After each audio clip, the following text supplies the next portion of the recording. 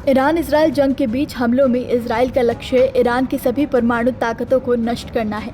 यही कारण है कि पिछले हफ्ते इजराइल ने ईरान के 3 प्रमुख परमाणु ठिकानों को अपने बम और मिसाइलों का निशाना बनाया। इन ठिकानों में नतांज, इस्फहान और फोर्डो शामिल हैं। इन हमलों में कई ईरानी परमाणु वैज्ञानिक भी मारे गए। एक और जहां इजराइल का दावा है कि उसने ईरानी परमाणु सुविधाओं को बहुत हद तक नुकसान पहुंचाया है, तो वहीं ईरान इससे साफ इनकार कर रहा है।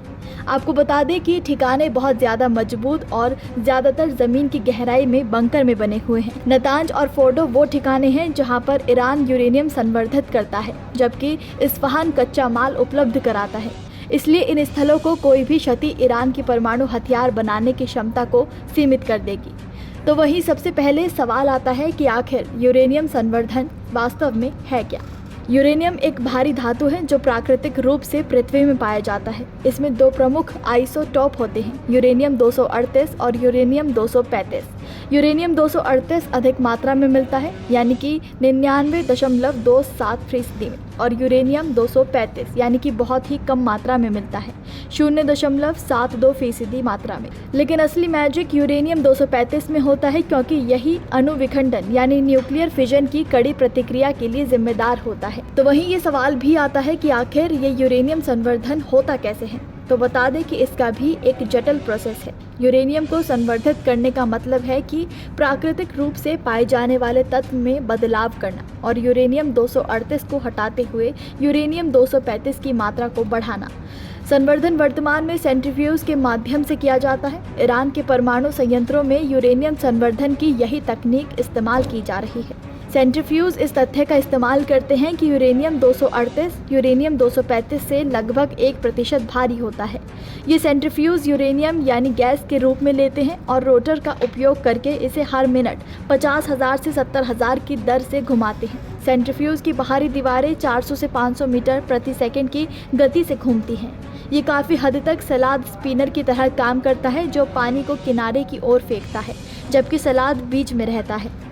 भारी यूरेनियम 238 सेंट्रीफ्यूज के किनारे पर चला जाता है, जिससे यूरेनियम 235 बीच में ही रह जाता है। इस घूमने वाली प्रक्रिया को बार बार दोहराया जाता है, जिससे यूरेनियम 235 का प्रतिशत बढ़ता है। बाकी असैन्य परमाणु रिएक्टर यानी लो एनरिच्ड यूरेनियम का इस्तेमाल करते हैं, जिससे यूरेनियम 235 की मात्रा 3 से 5% होती है। लेकिन एक परमाणु बम के लिए 90% तक संवर्धित यूरेनियम की जरूरत होती है, जिसे वेपन ग्रेड कहते हैं, यानी कि इस्तेमाल कुल यूरेनियम का केवल 3 से 5% यूरेनियम 235 ही होता है। हालांकि तकनीकी रूप से 20% संवर्धन भी हथियार बनाने के लिए काफ़ी होता है, लेकिन 90% संवर्धन का मतलब है कम यूरेनियम में ज़्यादा तबाही। अंतर्राष्ट्रीय परमाणु ऊर्जा एजेंसी यानी IAEA के अनुसार ईरान ने बड़ी मात्रा में यूरेनियम को 60% तक संवर्धित किया है। ये स्तर जितना खतरनाक है, उससे भी बड़ी चिंता ये है कि 60% से 90% की छलांग लगाना तकनीकी रूप से आसान है, क्योंकि इस बिंदु तक आने में यूरेनियम 238 पहले ही काफ़ी हद तक हट चुका होता है। यही वजह है कि अमेरिका, इजराइल और उनके सहयोगी लगातार चेतावनी दे रहे हैं। सेंट्रीफ्यूज तकनीक को बेहद गोपनीय रखा जाता है, क्योंकि ये हथियार निर्माण की रीढ़ है। नमस्कार, मैं हूं मानक गुप्ता। अगर आपको हमारा ये वीडियो पसंद आया हो तो इसे लाइक और शेयर जरूर करें, और हाँ, हमें सब्सक्राइब और फॉलो करना ना भूलें, ताकि आप देश और दुनिया की कोई खबर मिस ना करें। तो जुड़े रहिए हमारे साथ और देखते रहिए न्यूज़ 24।